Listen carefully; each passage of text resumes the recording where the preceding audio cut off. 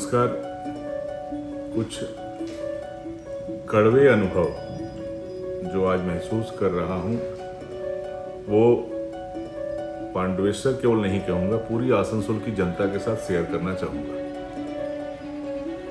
2016 में पांडवेश्वर का विधायक बनने के बाद राज्यसभा के सांसद थे उस समय, सीपीआई के जिला सचिव थे श्री आरसी सिंह जी। उनका पांडवेश्वर इलाके से या श्रमिक वर्ग से एक मधुर नाता रहा था। बहुत सी मजदूरों की लड़ाई उन्होंने लड़ी थी। 2016 में विधायक बनने के बाद मुझे एक दिन चाय पिलाते हुए उन्होंने मुझसे कहा था कि कुछ लोगों की जिम्मेदारी मैं आपको दे रहा हूं, प्लीज़ आप इनकी देखभाल कीजिएगा। आप दूसरे राजनीतिक दल से हैं, लेकिन इन लोगों के लिए मैंने बहुत लड़ाई लड़ी है। ये लोग अन्याय के शिकार ना हो, ये आप देखिए। मैंने उनसे कहा था बताइए क्या करना होगा। तो उन्होंने मुझे कहा था कि काजोरा एरिया जो है ईसीएल का, काजोरा एरिया में जामबाद जो इलाका है, वहाँ जामबाद मोड़ का जो इलाका है, वहाँ करीब 200-250 परिवार रहते हैं।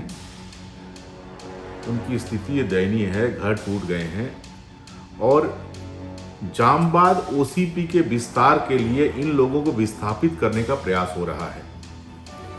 उन्होंने मुझे बताया कि पहले भी तृणमूल कांग्रेस के बहुत से लोग यहाँ पर बमबाजी करके, गोली चलाकर इन लोगों को हटाने का प्रयास कर चुके हैं, लेकिन मैंने इनको सपोर्ट किया था और आज तक इन्हें यहाँ पर बचा के रखे हुआ हूँ।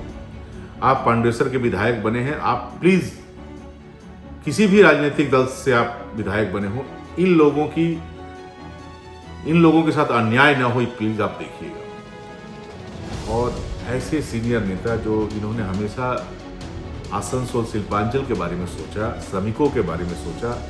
राजनीतिक रूप से उनसे हमारा बहुत विरोध था, लेकिन व्यक्तिगत जिंदगी में वो मैं बहुत रिस्पेक्ट करता था और रिस्पेक्ट के योग्य थे भी। ऐसा नहीं कि मेरे रिस्पेक्ट करने से वो रिस्पेक्टेबल बने। हर किसी को ऐसे व्यक्ति को रिस्पेक्ट करना चाहिए। तो मैंने उनकी बात को गांठ बांध ली और 5 वर्षों तक, जब तक मैं एमएलए था, मैंने काजोरा एरिया के जनरल मैनेजर को कहा था कि यदि इन लोगों को यहाँ से आप हटाना चाहते हैं तो पहले इनके पुनर्वास की व्यवस्था कीजिए।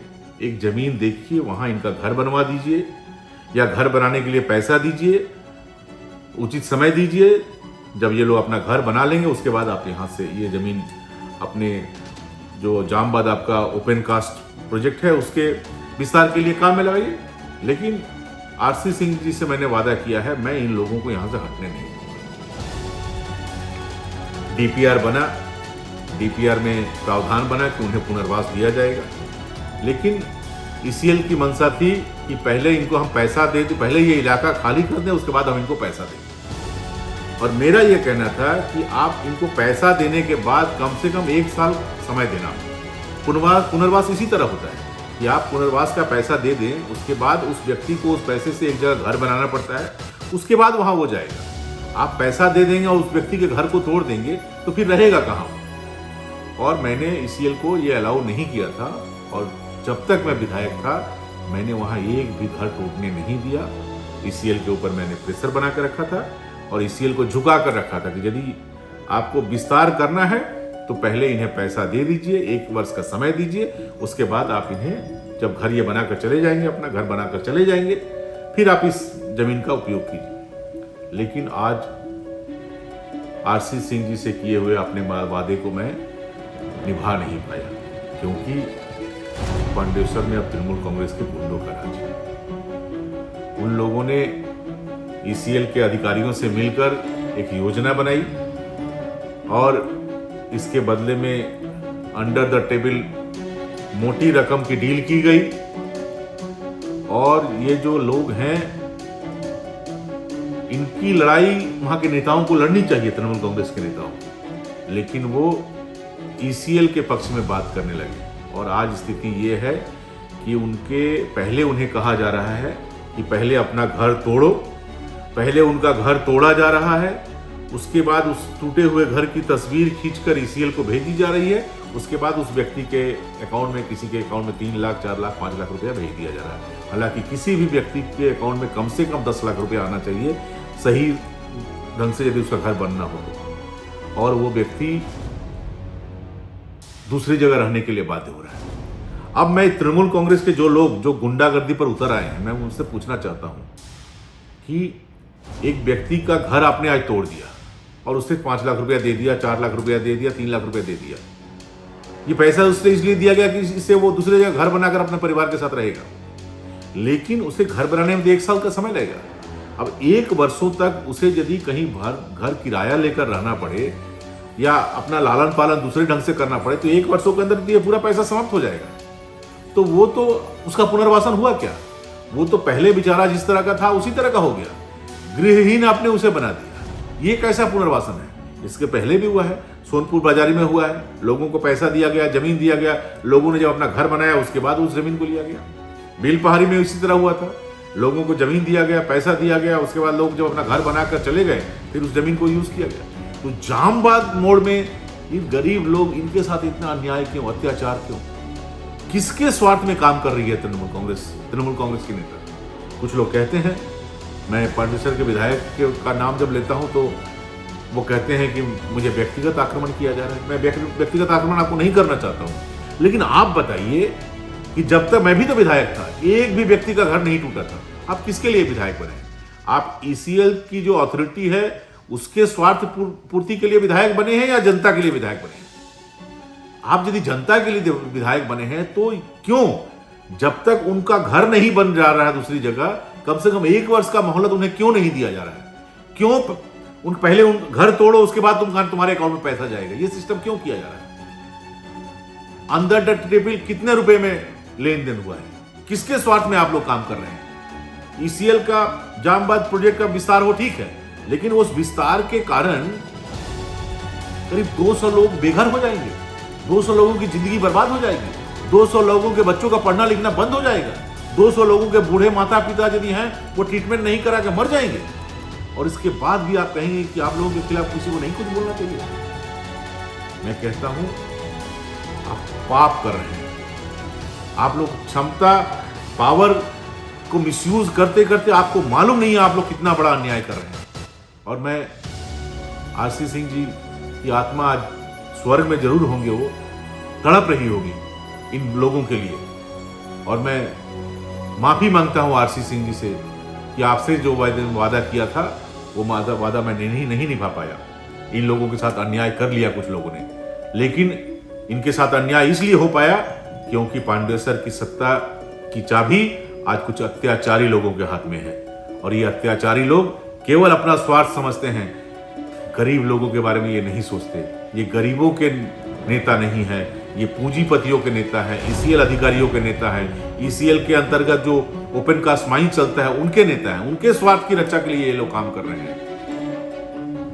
मैं ऐसे लोगों से अनुरोध करूंगा कि आप घबराएं ना।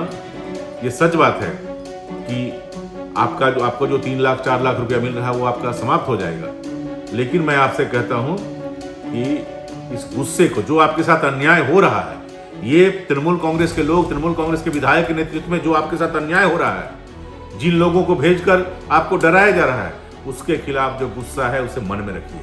2026 का इंतजार कीजिए।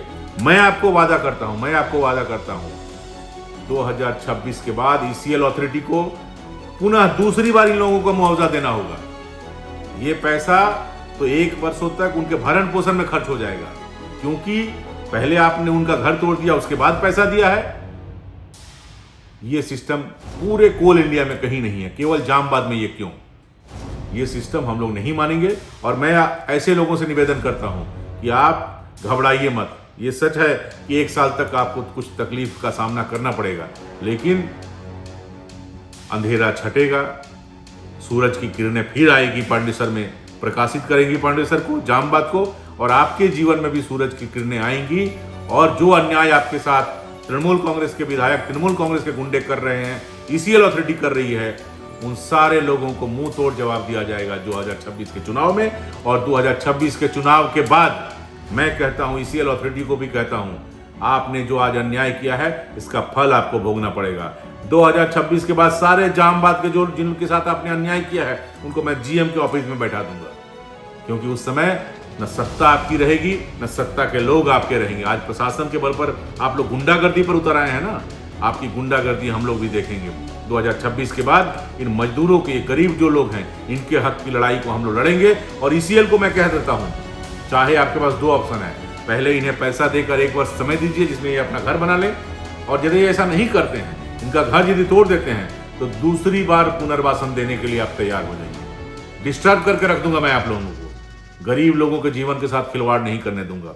आप एसी घरों में रहेंगे, बड़ी बड़ी गाड़ियों में घूमेंगे, आपके बच्चे पढ़ेंगे लिखेंगे, आपके माता पिता स्वस्थ रहेंगे, और ये लोग गरीब हैं इसलिए ये बेघर हो जाएंगे, इनके बच्चे नहीं पढ़ेंगे, इनके माता पिता चिकित्सा के अभाव में मौत को गले लगा लेंगे, और हम लोग ये बैठकर देखते रहेंगे।